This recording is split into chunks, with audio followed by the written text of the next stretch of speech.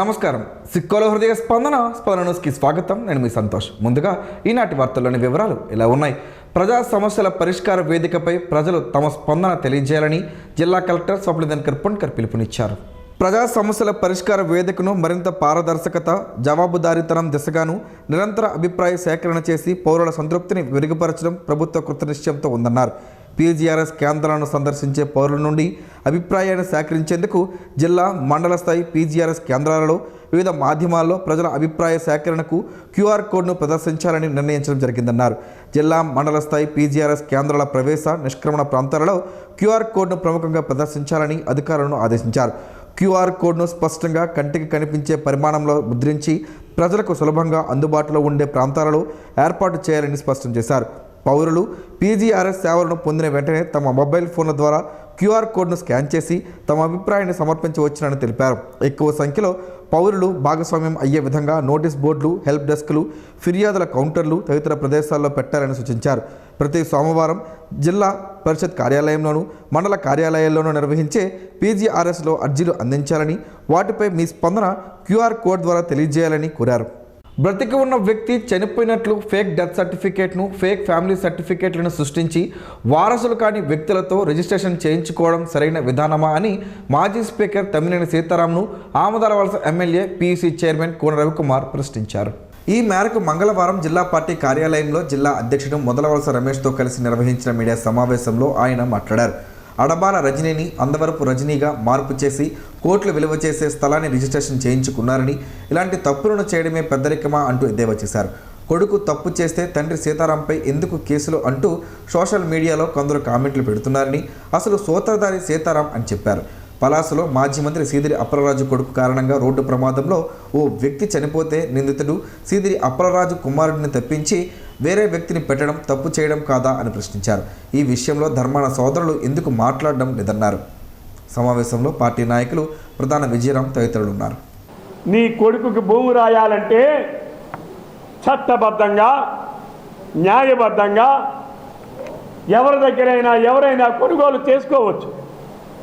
కానీ ఈరోజు మీరు చేసింది, ఒకరు బ్రతికుండగానే గోవిందరాజులు గారు అనేటటువంటి ఆస్తిని అతను చనిపోయాడని మీరు ఒక ఫేక్ డెత్ సర్టిఫికెట్ని సృష్టించి ఆ ఫేక్ డెత్ సర్టిఫికెట్ని సృష్టించడం ద్వారా మీరు ఒక అడబాల రజని,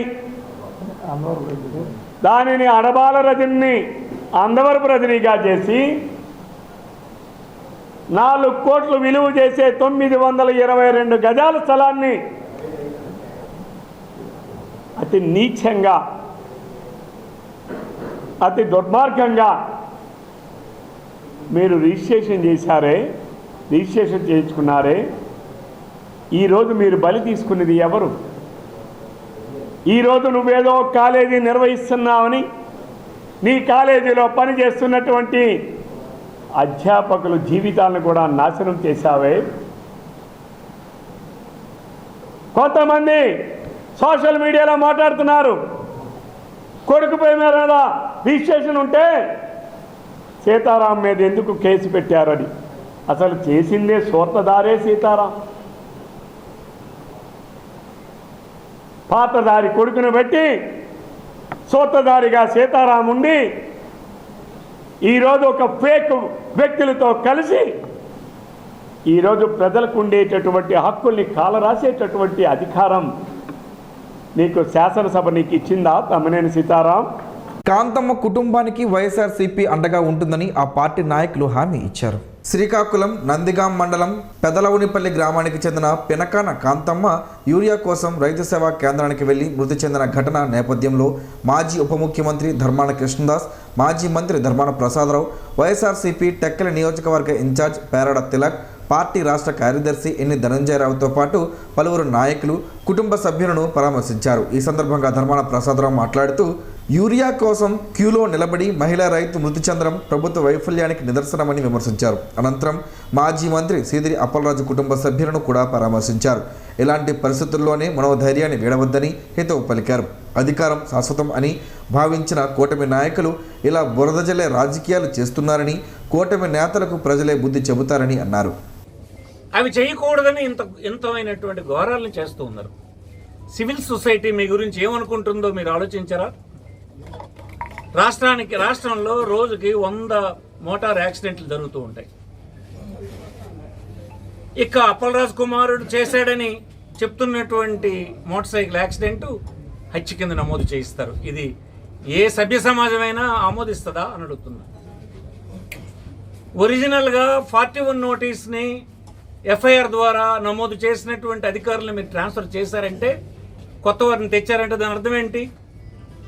మీరు చెప్పిందంతా ఆడాలని, చేయాలని, అక్రమాలు చేయాలన్న అధికారులను తెచ్చారనే కదా అర్థం. కేవలం విద్యార్థి దశలో ఉన్నటువంటి పిల్లడిని తీసుకుపోయి జైల్లో పెడతారు. అది ఒక మత్స్యకారుడు కుమారుడు. వీరెవరిని మీరు బ్రతకనీరా, ఎవరిని రానిరా? మీ రాజకీయ విలాసాల కోసం, మీ రాజకీయ క్రీడల కోసం ఇలాంటి వారిని అందరినీ బలి చేస్తారా? సమాజం అడగదనుకుంటున్నారా మీ అందరూ? చాలా తప్పు చంద్రబాబు గారు అని మనం చేస్తున్నాం. అనుభవం ఉందంటే అనుభవం ఎట్లా ఇలా తీసుకు పోలీసుల చేతిలో మీరు కీలుబొమ్మలు అయిపోయినారు. మీరు చెప్పినటువంటి విషయాలన్నీ ఆడినటువంటి పోలీసులు తీసుకొచ్చారు. దాని మాటన పోలీసులు చేస్తున్న అక్రమాలు ఎన్నున్నాయో మీకు తెలుసా? ఈనాడు సామాన్యుడు కంప్లైంట్ని పోలీస్ స్టేషన్లో తీసుకునే పరిస్థితి ఉందా రాష్ట్రంలో ఎక్కడైనా? దానికి గాను 4-5 ఐపీఎస్ ఆఫీసర్లు మీరు అక్రమంగా కేసులు పెట్టి, బెదిరించి, జడిపించి మొత్తం రాష్ట్రంలో ఉన్న పోలీస్ యంత్రాంగం అంతా మీ గుప్పిట్లో పెట్టుకున్నారు. ఒక్కటి గుర్తుపెట్టుకోండి, ప్రజాస్వామ్యంలో మీరు కొంతమంది అధికారులను భయపెట్టి, శిక్షించి, తద్వారా మిగతా పోలీస్ యంత్రాంగాన్ని ఆశపెట్టి మీరు గుప్పిట్లో పెట్టుకోవచ్చు. కానీ 5 కోట్ల పౌరులను మాత్రం ఎప్పటికీ గుప్పిట్లో పెట్టుకోరు. ప్రజాస్వామ్యంలో అది సాధ్యం కాదు. చరిత్ర ప్రపంచంలో ఇదే చెప్తుందన్న విషయాన్ని మీరు జ్ఞాపకం పెట్టుకోండి అని ఈ సందర్భం మనం చేస్తున్నాం. పాఠశాల విద్యార్థుల్లో నులిపురుగుల నివారణతో పాటు వారి శారీరక ఆరోగ్య పరిరక్షణ లక్ష్యంగా జిల్లాలో ప్రత్యేక సర్వే చేపట్టినట్లు జిల్లా ఇన్ఛార్జ్ వైద్య ఆరోగ్య శాఖ అధికారి డాక్టర్ శ్రీకాంత్ తెలిపారు.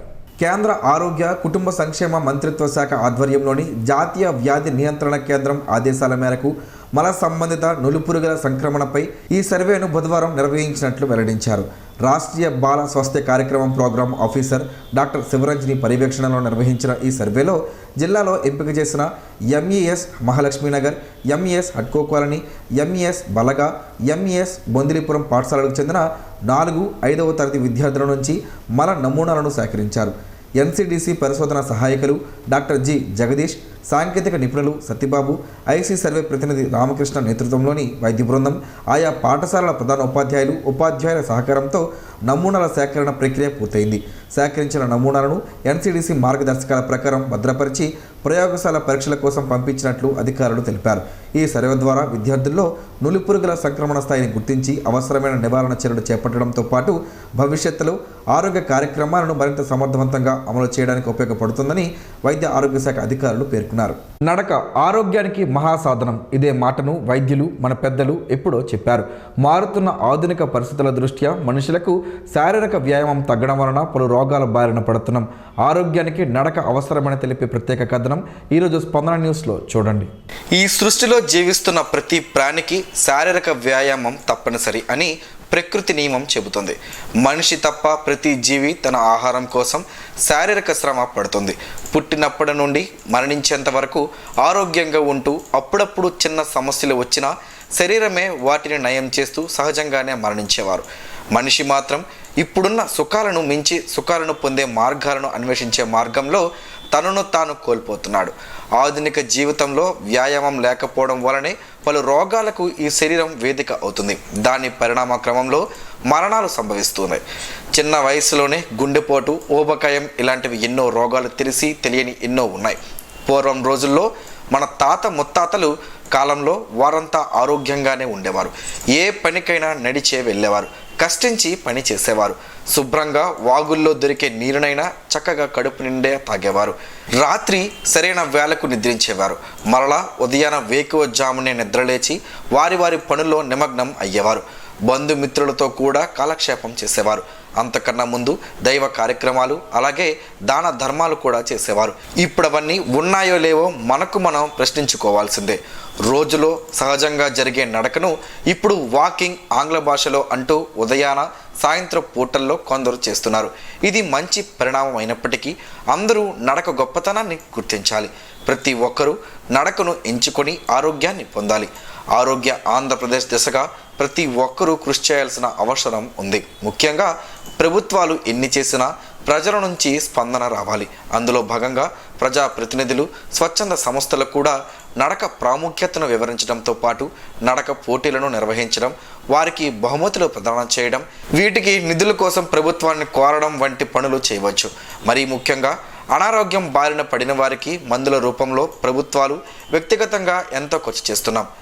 అలాంటి ఖర్చులను నివారించేందుకు ముందుగా ఆరోగ్యాన్ని కాపాడుకోవడంతో నిధులు కొంతమేర తగ్గుతాయి.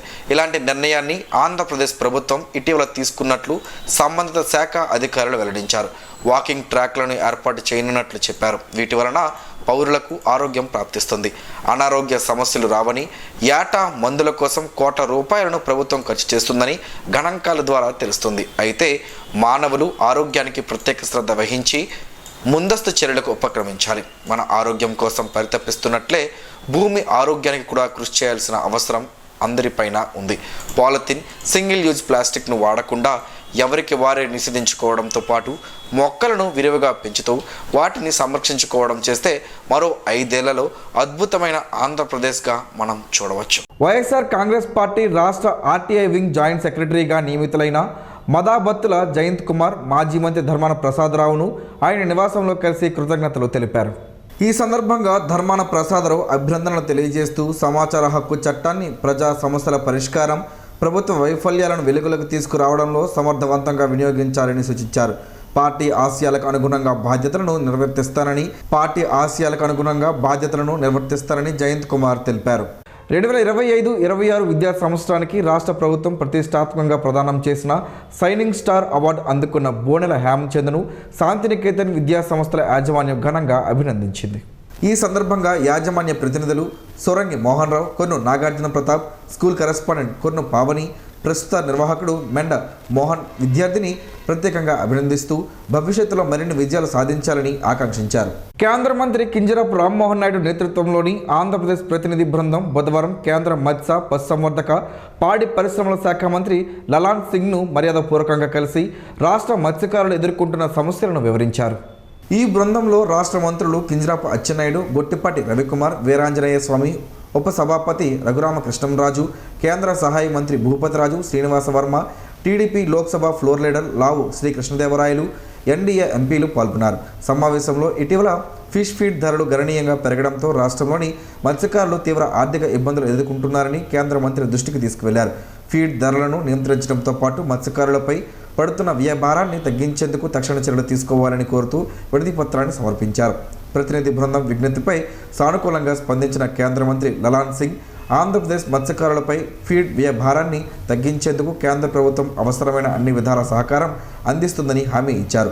ఈ సందర్భంగా కేంద్ర మంత్రి కింజరాపు రామ్మోహన్ నాయుడు మాట్లాడుతూ ముఖ్యమంత్రి చంద్రబాబు నాయుడు మార్గదర్శకత్వంలో రాష్ట్ర ప్రభుత్వం మత్స్యకారుల సంక్షేమానికి అత్యంత ప్రాధాన్యత ఇస్తుందన్నారు. ప్రపంచ స్థాయి నాణ్యతతో చేపల ఉత్పత్తులను ఎగుమతి చేస్తూ రాష్ట్రానికి, దేశానికి గుర్తింపు తీసుకొస్తున్న మత్స్యకారుల అభివృద్ధికి కేంద్ర, రాష్ట్ర ప్రభుత్వాలు సమన్వయంతో పనిచేస్తాయని తెలిపారు. మత్స్యకారుల సమస్యల పరిష్కారానికి సానుకూలంగా స్పందించి పూర్తి సహకారం అందిస్తామని హామీ ఇచ్చిన కేంద్ర మంత్రి లలాన్ సింగ్కు కేంద్ర మంత్రి కింజరాపు రామ్మోహన్ నాయుడు కృతజ్ఞతలు తెలిపారు. గృహ నిర్మాణ, సమాచార, పౌర సంబంధాల శాఖ మంత్రి కొలుసు పార్థసారథి బుధవారం జిల్లాలో పర్యటించనున్నారని జిల్లా కలెక్టర్ స్వప్నిందన్ కర్పణకర్ ఒక ప్రకటనలో తెలిపారు. ఉదయం 10 గంటలకు విశాఖ నుంచి రోడ్డు మార్గాన పలాస చేరుకోనున్న మంత్రి ఇటీవల రోడ్డు ప్రమాదంలో మృతి చెందిన దివంగత దుబ్బ దానయ్య యాదవ్ కుటుంబ సభ్యులను పరామర్శిస్తారు. అనంతరం పలాస కాశీబుగ్గ మున్సిపల్ కార్యాలయంలో పలాస, ఇచ్చాపురం నియోజకవర్గాల గృహ నిర్మాణ కార్యక్రమాల పురోగతిపై సమీక్షా సమావేశం నిర్వహించి అనంతరం అక్కడే విలేకరుల సమావేశంలో మాట్లాడతారు. అనంతరం అక్కడి నుంచి విశాఖపట్నం బయలుదేరి వెళ్తారని కలెక్టర్ పేర్కొన్నారు.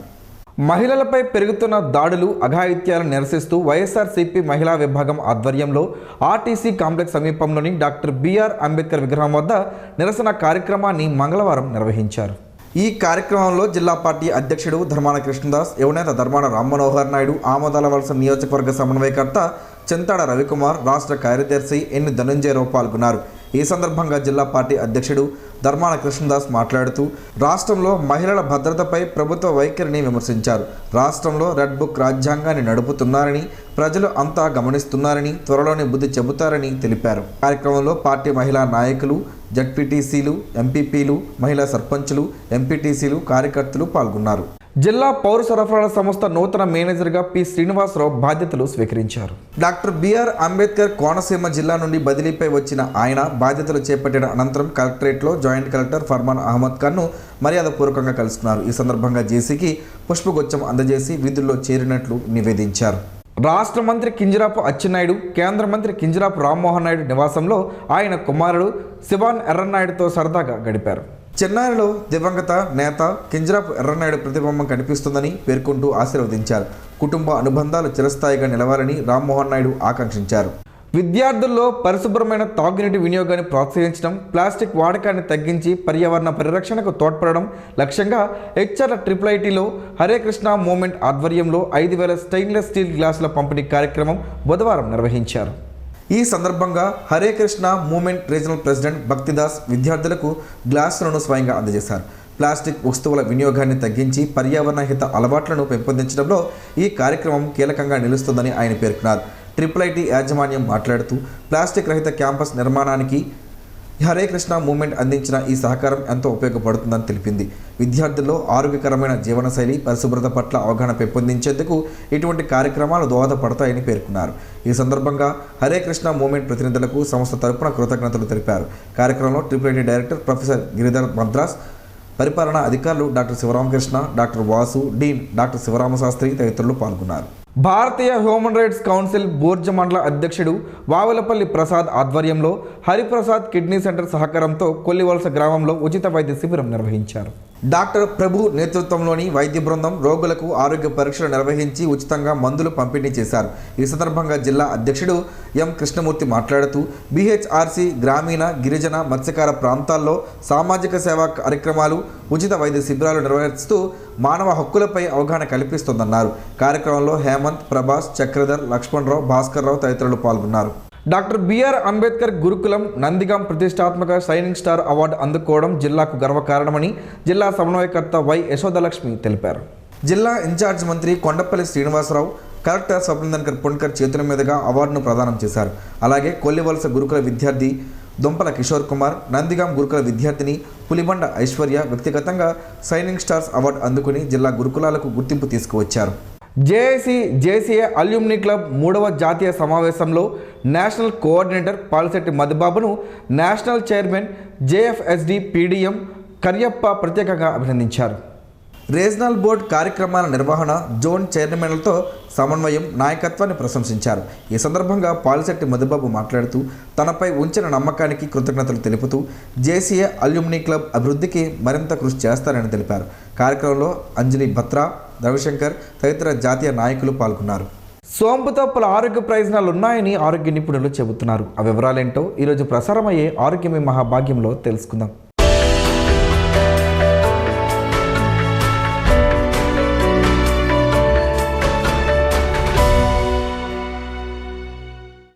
దాదాపు అందరి ఇళ్లలోనూ సోంపు ఉంటుంది. ఇందులో కాల్షియం, ఐరన్, సోడియం, పొటాషియం వంటి అనేక పోషకాలు ఉన్నాయి. ఇది ఆరోగ్యానికి ఎంతో మేలు చేస్తుంది. అనేక రోగాల నుంచి మనల్ని కాపాడుతుంది.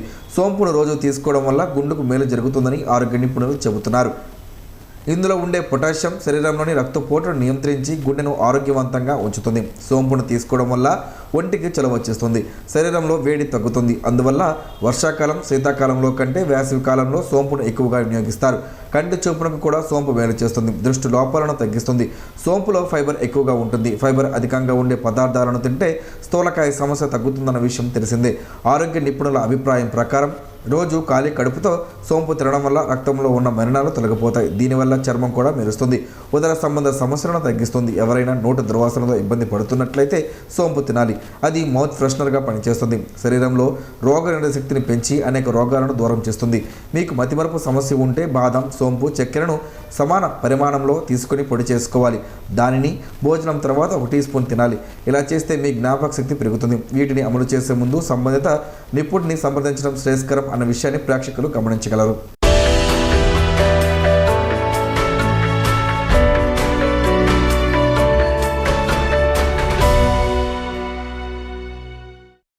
ఈరోజు వార్తల్లో ఒక మంచి మాటను విందాం, ఆచరిద్దాం. సమాజ శ్రేయస్సును కాంక్షించే మహనీయుల మాటల్లోంచి ఈరోజు.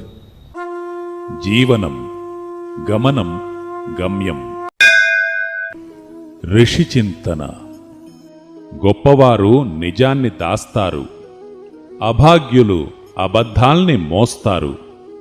ప్రకృతి ఎప్పుడూ నిజాన్నే గుణపాఠంగా నేర్పును.